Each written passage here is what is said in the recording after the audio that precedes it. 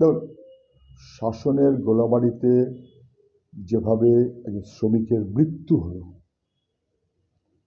Police সেইখানে গিয়ে বাড়তি লাঠি চালাতে শুরু করলো। মানুষের বিক্ষোভ স্বাভাবিক স্বাভাবিক মানুষের তো স্বাভাবিক প্রশ্ন, একটা হাই টেনশন তারতলায় বাড়ি হচ্ছে কি করে? বাড়ি যে করছে সেই বাড়ির মালিককে গ্রেপ্তার করা হয়নি কেন? সেইটা না করে মানুষের বিক্ষোভে লাঠি চালিয়ে দিল পুলিশ। তো স্পষ্ট মানুষের রাগের কারণটা হচ্ছে যত অনৈতিক বেআইনি কাজ সবের পিছনে পুলিশ আছে, টাকার রফা করছে। হয়তো এই বাড়ির ক্ষেত্রেও তাই দেখা যায়।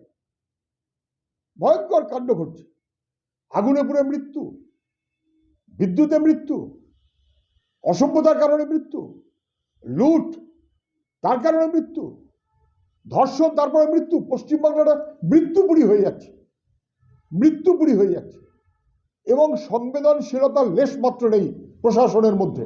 তারপর তারা গিয়ে সাধারণ মানুষকে চোখ রাগাচ্ছে, লাঠি পেটাচ্ছে, তুলে নিয়ে আসছে। চাকরির দাবিতে যারা আছে তাদেরকে এনে শ্রীঘরে ঢুকিয়ে দিচ্ছে। মানুষের বিক্ষোভ স্বাভাবিক, ওদের দাবি মেনে অবিলম্বে যারা এই অন্যায় কাজ রোজ করে চলেছেন পুলিশের মদতে, তাদের যেমন গ্রেপ্তার করতে হবে, তখন পুলিশের যারা এর পিছনে যুক্ত অথবা সেই পুলিশের পিছনে শাসকের যে মাথারা যুক্ত, তাদেরকে গ্রেপ্তার করতে হবে, তাদের বিরুদ্ধে ব্যবস্থা নিতে হবে। গরিব মানুষ তার উপরে গিয়ে লাঠি চালিয়ে দিলাম কথায় কথায়, এটা চলে না।